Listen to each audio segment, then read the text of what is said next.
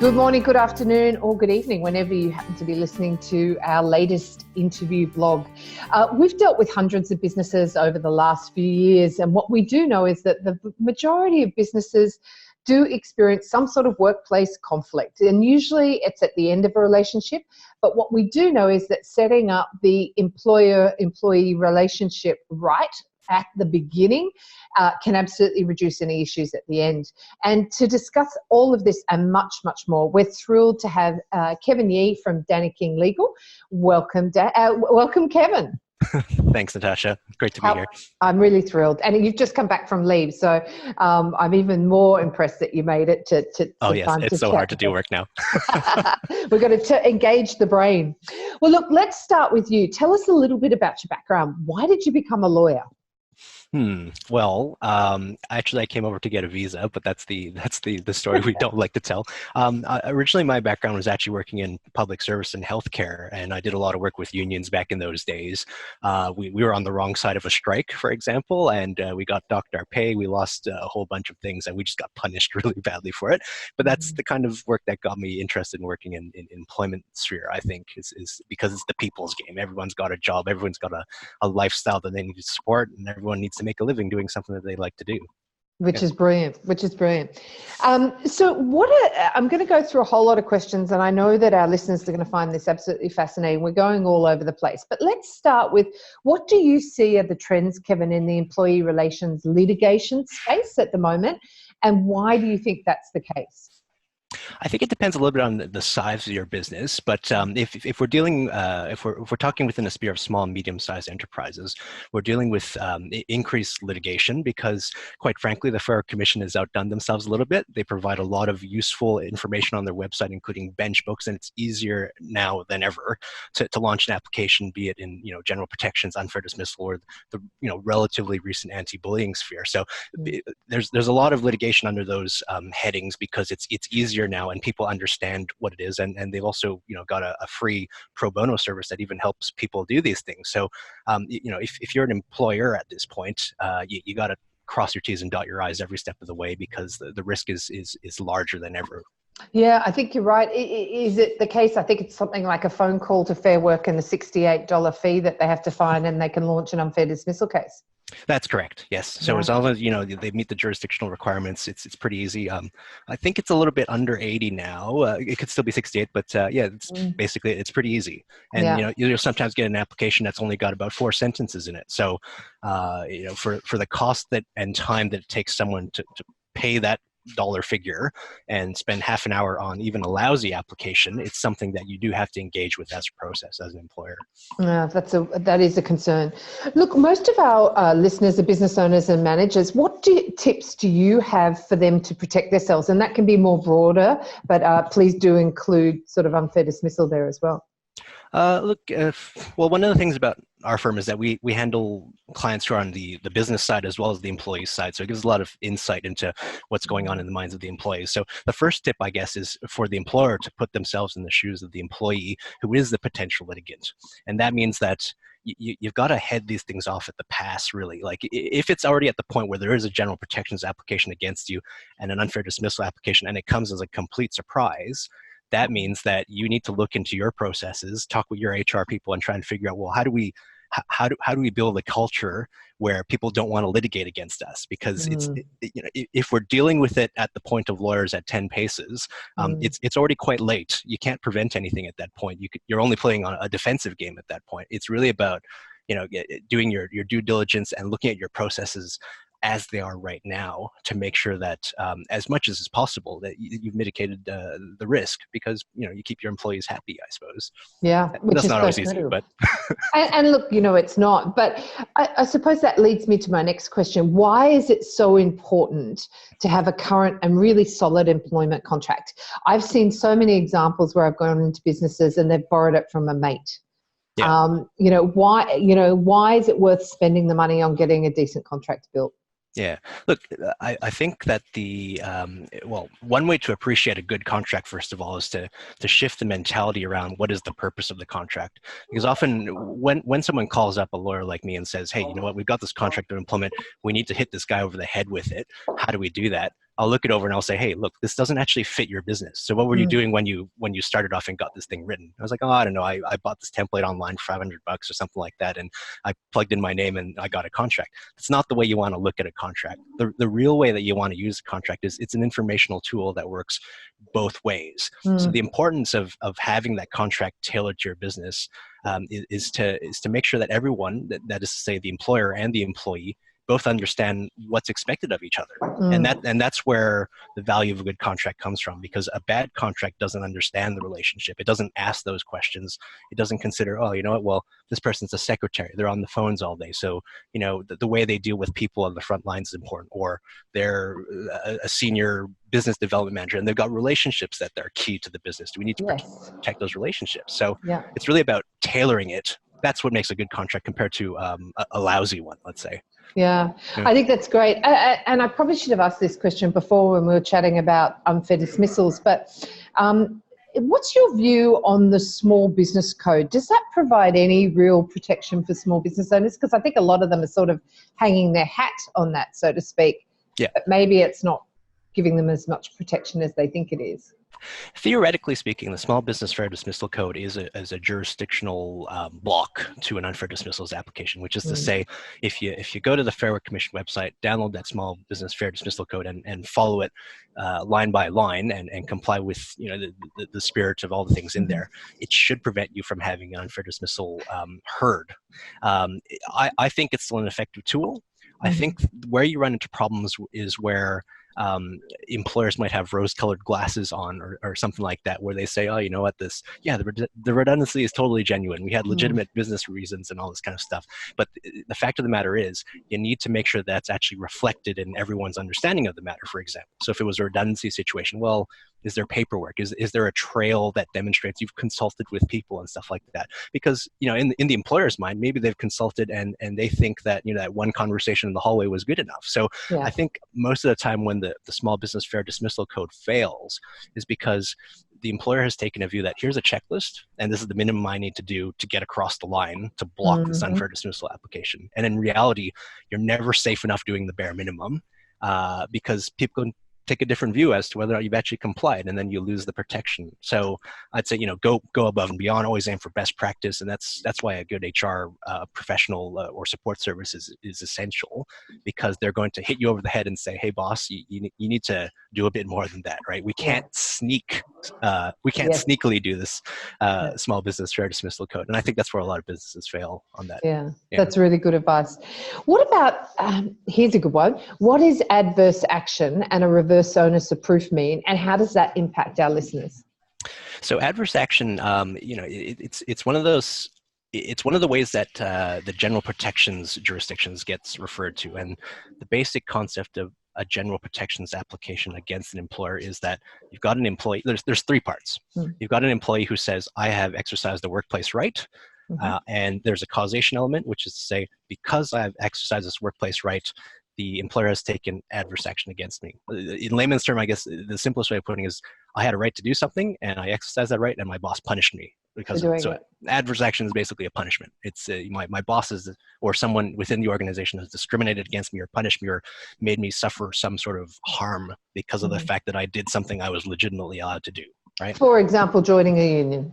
Yeah, for example, joining a union or, you know, hey boss, why wasn't I paid on time last week? Are you going to back pay me that thing? Or, you know, I took vacation leave last week and when I came back, you said, oh, you know what, you took it at a really bad time and I can't believe you did that, all that kind of stuff, you know, just stuff that you should be entitled to do if you've got a feeling that, you know, you're entitled to do it. It's probably phraseable as a workplace right. And if an employer gets mad at an employee for it, that could amount to adverse action. Okay. And what's the reverse onus of proof? Because I think this is a tricky one for employers.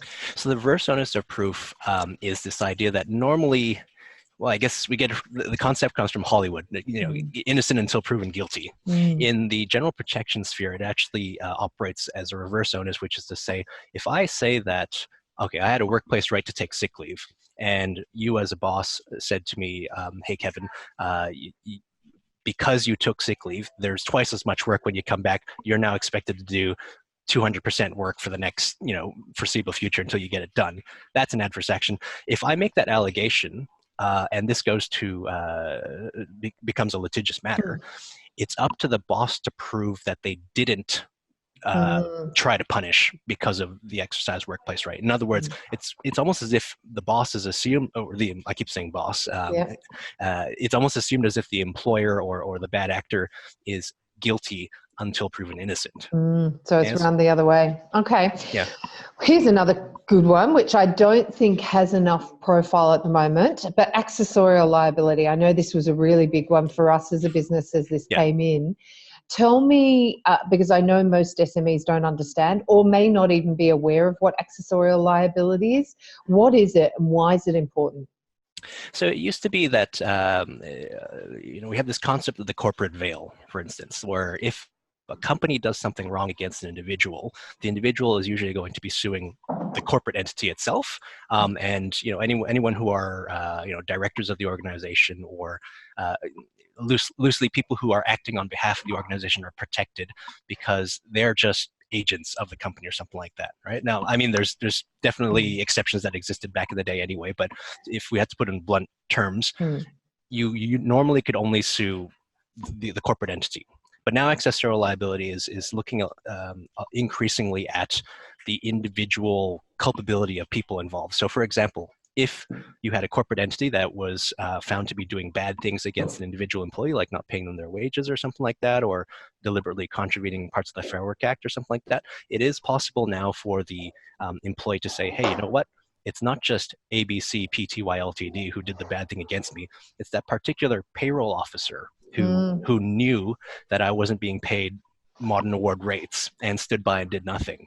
Or it's that particular accounting department, even if it's a third party accountant who would have looked at those numbers and knew there was no way that these people could have been paid the right rates. And what accessorial liability is doing is saying, hey, you know what? These people, they shouldn't have stood by and done nothing when they had reasonably could have realized something was going on. And so the law is actually applying penalties and making judgments against third parties to agreements. I know that's particularly an area for us because obviously in the past we used to sort of give the advice to the client and say, we await your instructions. Where now if we know even strongly having done that in the past that they're doing the wrong thing, we'll walk away now. We can't be party to it. We don't have to report, but we would absolutely not service that client anymore, knowing that they're doing the wrong thing. Yeah, I think at this point we've reached a stage where the only way that as third-party service providers such as yourselves in an HR support capacity or ourselves in a legal support capacity, the only thing we can do when we become aware of something that's amiss is to quite frankly tell the client, you're doing this thing wrong. It needs to be fixed and we expect you to fix it. Otherwise, we're going to stop acting for you. And it's extreme, but that's what it is because we can't be a party to nefarious activity anymore. Oh, not anymore. We shouldn't have been to begin with, let's say, but exactly. That's what it is. Exactly. The other big one that I'm seeing from a media perspective is wage theft and getting a lot of media attention of late. How can SMEs protect themselves so they don't find themselves in that position where maybe they've been underpaying people either knowingly or unknowingly? I find a lot of times when we're running into cases about wage theft, theft is a bit of a strong word because it almost implies that there's a knowingness and a deliberateness about it. When in reality, a lot of the times it's just that a lot of small, medium-sized businesses don't even know what a modern award. They've never heard of what a modern award is. They don't know what a national minimum wage is, and they don't know about industry coverage, basic rates under various modern awards. So the first step I would say is that if you're a small, medium-sized business, if you're on a budget, if you're on a shoestring budget, you might want to call up the Fair Work Commission info line just to get some easy leads. If you really want to do your homework, then contact an HR service provider who will do a modern award analysis for you just to figure, it's so easy, really. It's really about coming up with your job description, giving it to your HR person and saying, hey, is this thing covered by an award? And if so, how much do I have to pay this person in theory? Or, what's the scale? What is the document I should be looking at? And by that, I mean the correct modern award. And it's really just asking that first question because you don't want to be blindsided and find out later through an allegation that you've committed wage theft because you've just not known, and it's completely innocent, but that's no excuse, really. And you're absolutely right. Unfortunately, ignorance is not a defense in most of what we do, which is probably a great segue into what's the difference between when you need an employment lawyer and when you need a HR practitioner? This is a bit of a tricky line, I suppose, but I guess it comes down to a question of, is this, okay, there's two considerations. One is in terms of actual legal risk, and the other one's in terms of budget.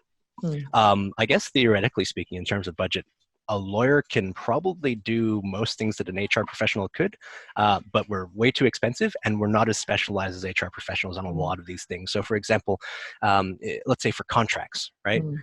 Lawyers are the people who you need to draft the contract in the sense of figuring out what's the legal risk here and how do we mitigate about this, keeping in mind a scenario 10 years into the future that we can't really predict. We're just going to do the best that we can with what we've got in terms of the legal playing field as it is currently now. That's what you get lawyers for. But in terms of integrating it into your everyday practice, as in, rolling it out to people, making sure everyone signs it on time, making sure that, the accompanying policies are up to date and they've been properly trained and all these things, and they're all properly recorded. That's the work of an HR professional, because they're more in tune with the day-to-day of your business. And I think that's rightly how it should be, because quite frankly, lawyers we're hired guns. You don't get hired guns to do your daily maintenance and your cooking and your clicking and all that kind of stuff. Transactional work. We're gonna mess it up. And that's why we have HR professionals. And I guess the other angle is just from a litigation risk point of view. You don't want to be asking an HR professional, well, can I be sued about this? They can give you their thoughts, obviously. And a lot of HR professionals have seen enough horror stories to know how things will go, and they'd have a pretty good, accurate guess. But anything where it's coming down to, can I be sued about this? How do I prevent that? What do I do next in terms of the fact that I'm already being sued about something? That's probably a lawyer's sphere. Absolutely. I think that's a great definition. What do you love about what you do? Oh, just all the crazy stories, probably. Look, from variety, I imagine, is a big part of it. Yeah, there's a large amount of variety because it all comes down to people trying to earn a living, right? And so people get very passionate about what it is they do or the business that they're trying to run, and they come up with some really great ideas on both. And again, I say this from an employee and employer perspective. You get some passionate people doing some really cool things out there in the industry, and they're just trying to make it fit into what is, in my view, a rather sometimes ambiguous and rigid legal system. And so trying to make those triangles fit with squares and stuff like that, that's the fun of it. And when you get into the situation where people aren't being sued and we're talking about best practice, you can really build some cool stuff. And that's what keeps me in it, I think. Look, I know, because I've had a few meals with you, you're a fascinating dinner guest with all of your stories, because I usually say that, I don't think I could be shocked anymore. I think I've seen everything. And then there's another doozy that comes along when you're dealing with people. They do things and you've got to expect the unexpected. Well, look, I think that's been absolutely fantastic, Kevin. Thank you for your time. How does someone get in touch with you and the team at DK Legal? Well, they can go through yourselves at Employee Matters. You got our contact details, or you can find us at our website. It's www.dannykinglegal.com. Brilliant. Thank you so much for your time. I really appreciate it. That's been incredibly informative. If this has raised any questions for you, by all means, either get in touch with Kevin directly or get in touch with us. We'd love to help you. My name is Natasha Hawker. Thank you, Kevin. And remember, your employees really do matter. Thanks for your time today. Thanks, Natasha.